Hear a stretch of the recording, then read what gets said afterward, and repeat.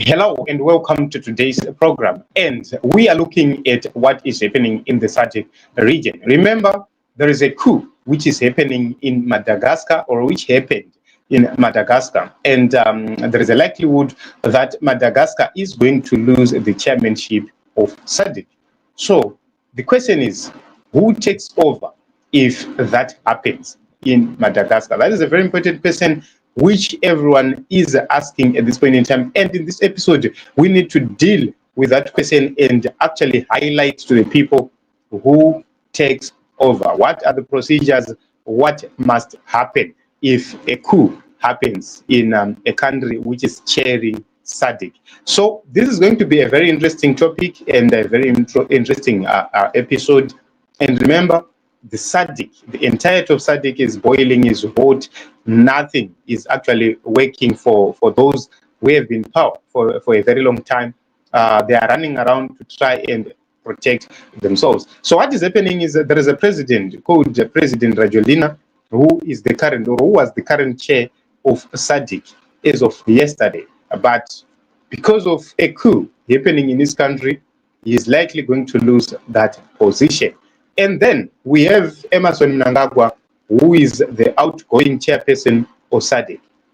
And we have Cyril Ramaphosa, who is the incoming chair of Sadc. So these are three key important people: South Africa, Zimbabwe, and Madagascar presidents.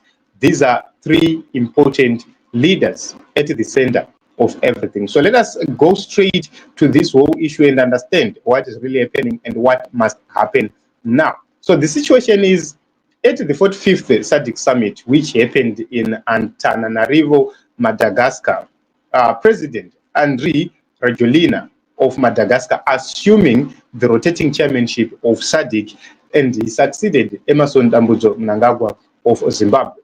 So the Sadc treaty, it provides that the chair rotates annually, which means each and every year, each and every August, the chairmanship rotates amongst member countries.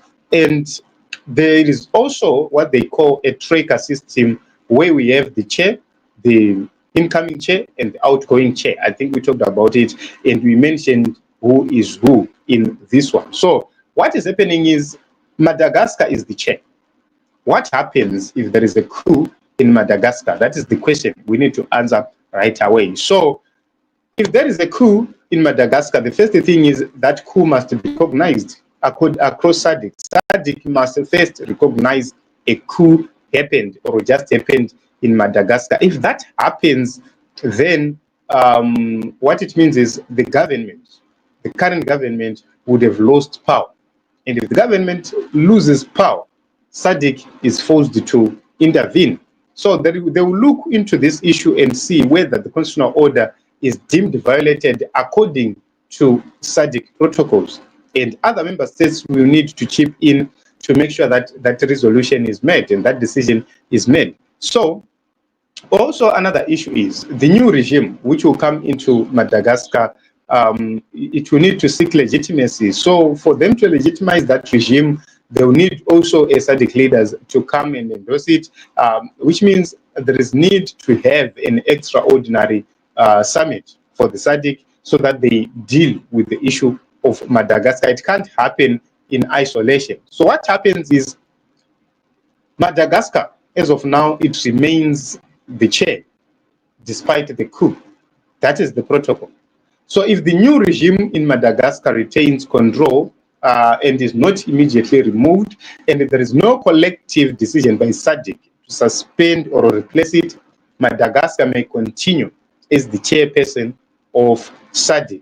And in practice, what happens is their legitimacy, it might be challenged both internally and externally, which means those internally in Madagascar, they can challenge the legitimacy of the new regime, or Sadc or AU, they might even challenge that the government, the new regime, which might have come.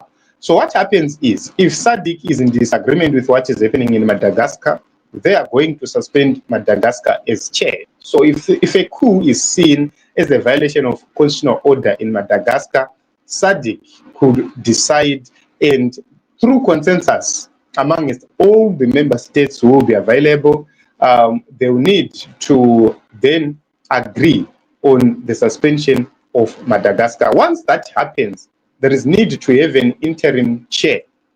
And as of now, because President Rajolina cannot call for an extraordinary summit because he is likely going to be removed as the president, there is a coup happening. We might see Sadc stepping in temporarily to bring or to call for an extraordinary Sadc. It might happen through the secretariat, or it might happen through Emmerson Mnangagwa, who is the outgoing chair, or through Cyril Ramaphosa, who is the incoming chair. So what happens is one of the two, either the outgoing or the incoming, they will have to agree on what happens next. So what happens is there is going to be an emergency or a special summit to decide the new chair. So they need to convene, and that is when a temporary chair can and is going to be confirmed.